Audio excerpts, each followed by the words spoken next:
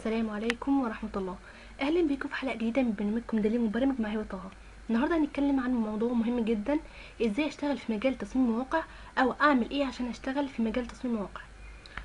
طيب نبدأ بنقطة مهمة جدا، اللي هو انت عشان تشتغل او تقدم على شغل، او مثلا في حد طالب اللي هو عاوز مصمم مواقع وانت تقول له ايوه انا مصمم مواقع، لازم تكون بتعرف اللي انت تطلع برودكت نهائي.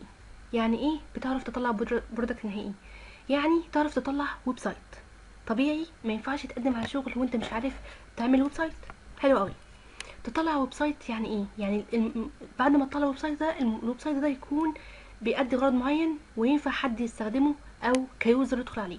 وطبعا ده مش هينفع غير لما يكون الويب سايت ريسبونسيف. يعني يعني ايه؟ يعني يكون معاك HTML5 و CSS3 وبوتستراب، يعني ويب سايت ريسبونسيف. ما ينفعش طبعا تقدم على شغل وانت معاك HTML و CSS بس.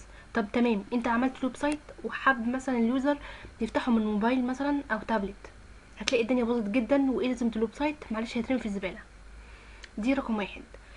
رقم اتنين، هو انت ممكن تشتغل بال HTML و CSS بس لو كان تعديل شغلانه كده ايه صغيره فريلانسر مثلا، حد عاوز تعديل على الويب سايت بتاعه، يغير الالوان، يغير خلفيه، يعمل اي حاجه فيه ب HTML و CSS، انت ممكن تدخل فيها طالما انت عارف HTML و CSS.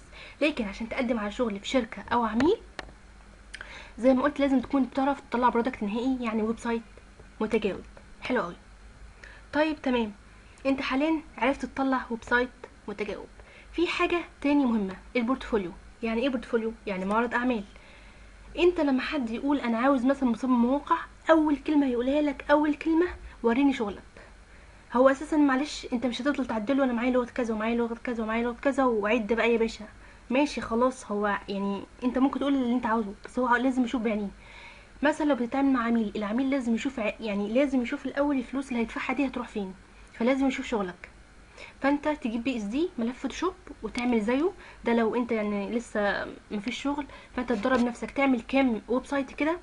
وطبعا مش تقولي انا اهو عرفت اعمل برودكت نهائي وخلاص وتعمل واحد بس، والواحد ده يبقى شكله بشع، الوانه وحشه جدا، والدنيا داخله ببعض ومش متناسق. لا طبعا لازم تعمل حاجه نظيفه، عشان دي واجهتك انت، دي واجهه شغلك انت، دي السبب اللي انت هترفض او تتقبل باذن الله. فانت لازم يكون عندك برودكت نهائي، ولازم يكون عندك بورتفوليو، يعني كذا موقع عامله يكون نظيف، وطبعا الوانه متناسقه، حاجه حلوه، يعني حاجه كده واجهه مشرفه، بحيث الشخص اللي يشوف الويب سايت ده يقول لا ده فعلا ده ديزاينر شاطر، وانا خلاص انا يعني انا شفت شغلك وعجبني. شفت شغلك وعجبني وانت هتشتغل معايا خلاص. دي من الحاجات المهمه جدا في ان انت تبقى مصمم مواقع. لازم طبعا انا قلت ليه تعمل برودكت نهائي ويب سايت متجاوب، عشان انت في الشغل بتاعنا كتصميم موقع في شقين، يا شغل تعديل اللي انت يبقى عندك ويب سايت وبتعدل عليه، اللي هو اللي انا قلت لك يبقى معاك HTML و CSS، يا اما شغل اللي انت تبني من الصفر.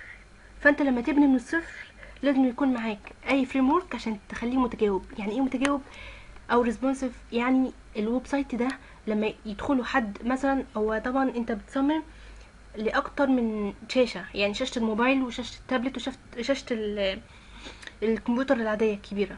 فانت لازم الويب سايت لما حد يستخدمه وهو فاتح اي جهاز سواء موبايل او تابلت ما يبص.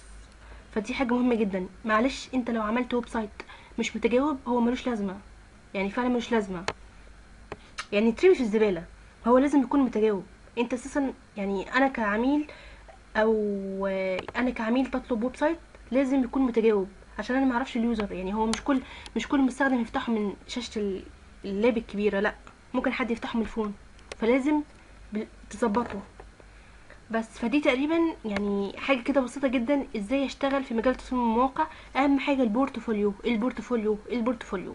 انت لما تروح تعمل انترفيو في شركة هيقولك وريني شغلك، دي اهم حاجة البورتفوليو.